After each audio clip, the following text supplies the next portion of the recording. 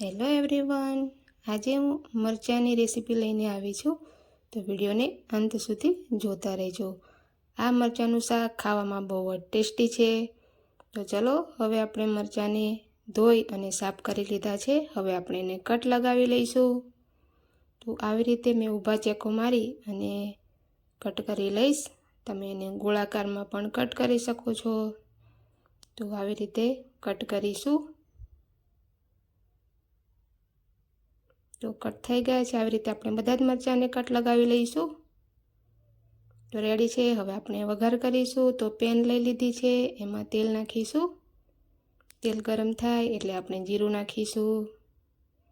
જીરુંને થોડું તતડવા દઈશું। ત્યારબાદ આપણે લસણની પેસ્ટ નાખીશું।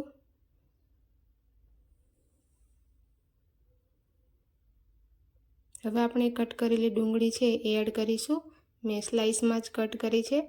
થોડી લાઇટ બ્રાઉન થાય ત્યાં સુધી એને કૂક કરવાની છે। હવે આપણે હળદી પાવડર નાખીશું। એને પણ તેલની અંદર સરસ રીતે સાતળી લઈશું। ડુંગળીને કચ્ચાશ નહીં રહેવી જોઈએ તો સારો ટેસ્ટ આવશે। હવે આપણે 2 ચમચી જેટલું બેસન એડ કરીશું। તમે સિંગ તલનો ભૂકો પણ લઈ શકો છો, કાં તો ચવાણું કે ગાંઠિયા પણ તમે એને વાટીને એડ કરી શકો છો। હવે સ્વાદ અનુસાર મીઠું નાખીશું, લાલ મરચું પાવડર, થોડો ગરમ મસાલો। આ મરચાં વધારે તીખા નથી એટલે એ પ્રમાણે જ હું મસાલા કરીશ।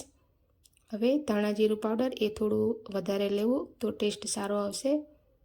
હવે એને સાતળી લઈશું। હવે આપણે મરચાંને એડ કરીશું।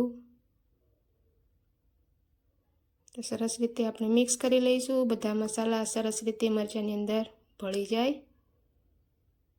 હવે આપણે વાટેલી વરિયાળી અને વાટેલો કાજુનો ભૂકો એડ કરીશું। હવે આપણે મિક્સ કરી લઈશું। આનાથી બહુ જ સારો ટેસ્ટ આવે છે।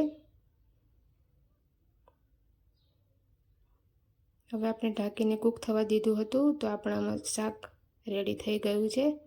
હવે આપણે લાસ્ટમાં ધાણા ભાજી એડ કરીશું, મિક્સ કરી લઈશું।